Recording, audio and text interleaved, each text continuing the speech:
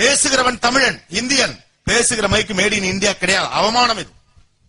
இவ்வளவு பெரிய அறிவையும் எல்லாத்தையும் வச்சிட்டு வெறும் தொழிலாளியாகவே நாம் தொடர்ந்து இருப்போம் என்றால் இது இந்த தேசத்தினுடைய அறிவுக்கு நாம் செய்கிற விரோதம்.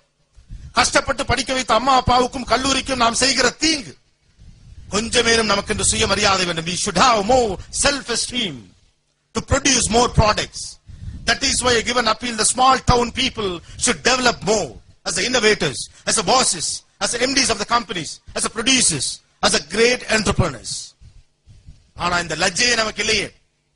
உலகத்துல நம்ம நாட்டுல இந்தியாவில் அழகான பொண்ணுங்களே இல்லையா?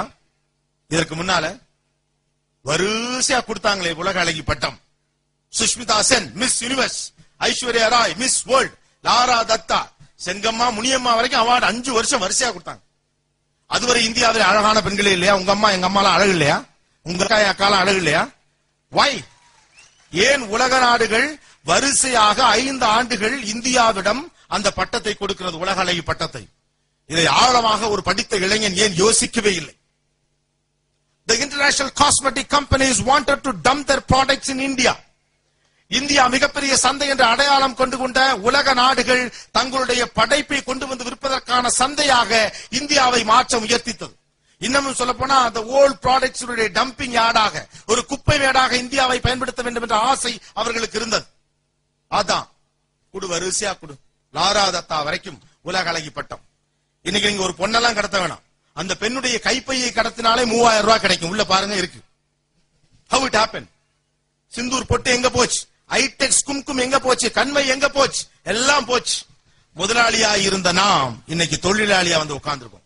உள்ளூரிலேயே உங்களை வைத்துக் கொண்டு உலக நாடுகள் ஆண்டு கொண்டிருக்கின்றன. இதுக்கு வெள்ளக்காரன் இங்க வந்து ஆண்டுட்டு போலாமே, வெட்கமான விஷயம் இது. How it happened? Why no one questions? ஏன் கேள்வியே கேட்க? ஓடிக்கொண்டிருக்கிற இத்தனை கார்கள், எத்தனை கார் நம்ம கார்? எத்தனை கார் மேட் இன் இந்தியா? நீங்க எழுதுற பேனால எத்தனை பேனா மேட் இன் இந்தியா? பயன்படுத்துற செல்போன்ல எத்தனை செல்போன் மேட் இன் இந்தியா? பேசுற மைக்ல எத்தனை மைக் மேட் இன் இந்தியா? பயன்படுத்தக்கூடிய பொருட்கள் எத்தனை made in India? Why not? ஏன் இவ்வளவு பெரிய முதலாளி தேசத்தை தொழிலாளி தேசமாக தொடர்ந்து உலக நாடுகள் வைத்திருக்கிறது? கவனிப்பாரற்றே கிடக்கிறோமே.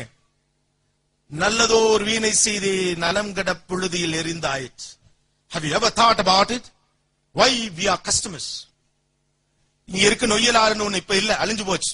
இந்த நொய்யலாற்று ஆற்றின் வழியாக கோயம்புத்தூரில் இருந்து ரோம் நகர் வரை வியாபாரம் நடந்திருக்கிறது.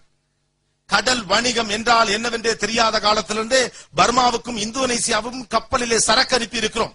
ஐரோப்பாவின் பல முனைகளில் இந்திய வியாபாரம் நடந்திருக்கிறது. We were the bosses. We never be just laborers. ஆனா இன்னைக்கு உலக நாடுகள் உங்களை சந்தையாக்கி வைத்திருக்கிறது, அறிவாளிகளை முடமாக்கி வைத்திருக்கிறது.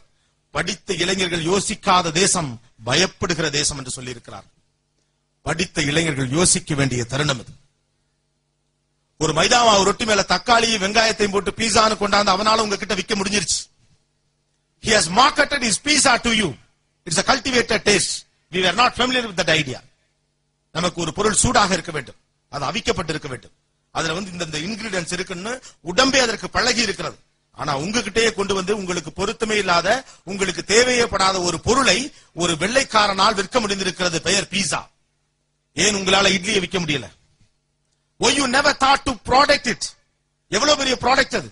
குழந்தை சாப்பிடலாம். உலகம் முழுவதும் குழந்தைகளுக்கு கொடுக்க சொல்லி பீடியாட்ரிஷியன் சஜஸ்ட் பண்ணக்கூடிய ஃபுட் பேரு இட்லிங்க.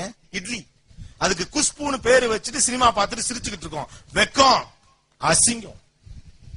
Why we didn't market idli to the market? Do you know the favorite food of the world community? இந்த ஒட்டுமொத்த உலகத்தினுடைய பிரதானமான உணவு, விரும்புகிற உணவு. It is a statistics. ஆய்வறிக்கையின் அடிப்படையிலே சொல்லப்பட்டிருக்கிறது. உலகம் முழுவதும் 72% மக்கள் நேசிக்கிற உணவுக்கு பேர் என்ன தெரியுமா? மசால் தோசை. மசால் தோசை தான் உலக மக்களுக்கு பிடித்த உணவு. Have you marketed? பண்ணீங்களா? ஏன் மார்க்கெட் பண்ணல? பீஸாவை மார்க்கெட் பண்ண முடிஞ்சிருச்சு, KFC சிக்கனை மார்க்கெட் பண்ண முடிஞ்சிருச்சு, மெக்டி மார்க்கெட் பண்ண முடிஞ்சிருச்சு, எல்லாத்தையும் வாங்கி திங்க முடிஞ்சிருச்சு நமக்கு. Why we didn't market anything? ஏன் யோசிக்கவே இல்ல? We have lot of exclusive product. ஜூட்டுக்கு இந்தியா மோனோபோலி. ஜூட்டோட மோனோபோலி உங்ககிட்ட இல்ல. ரைஸே உங்க கையில இல்ல. மஞ்சள் தாலியில போடுற விஷயம் நம்ம ஊர்ல பேட்டன்ட் ரைட் உங்ககிட்ட இல்ல.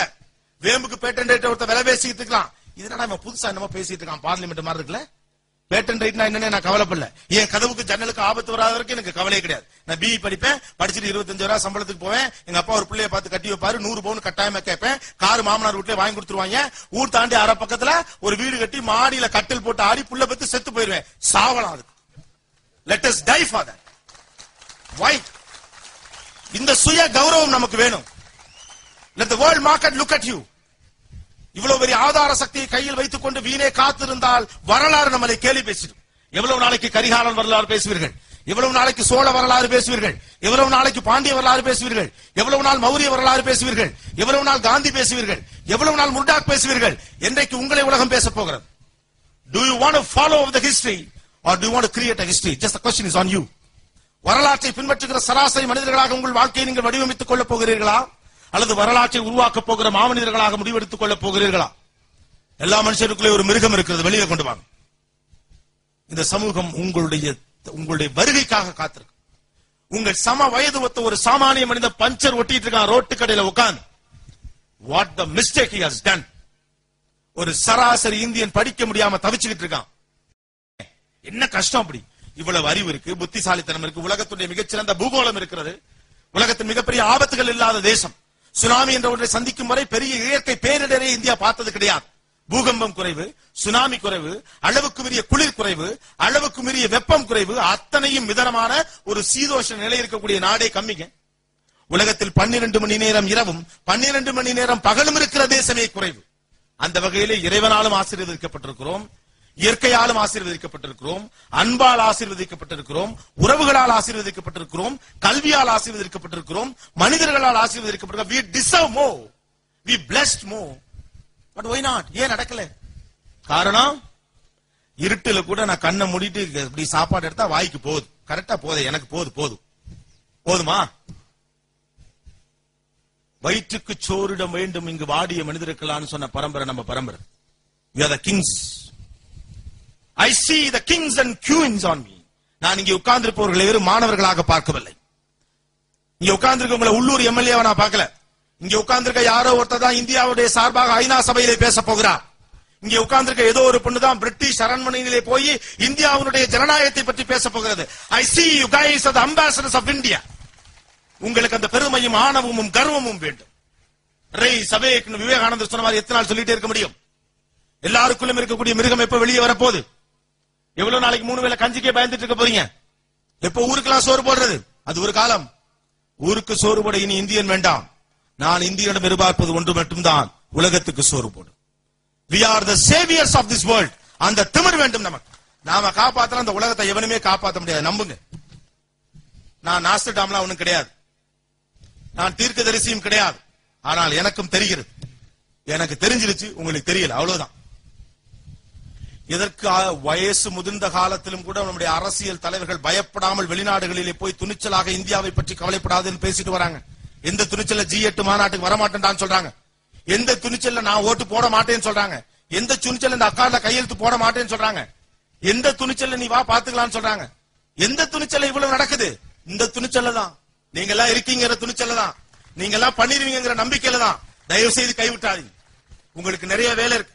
இதுவரைக்கும் இதுக்கு முந்தின தலைமுறை சாப்பிட்ட கேப்ப கஞ்சி, ஹார்லிக்ஸ், பூஸ்ட், போன்விட்டா, அரிசி சோறு அத்தனை இப்பதான் வேலை பார்க்குது. உங்களை அப்படிதான் விட்டுற முடியாது. We expect a lot from this community.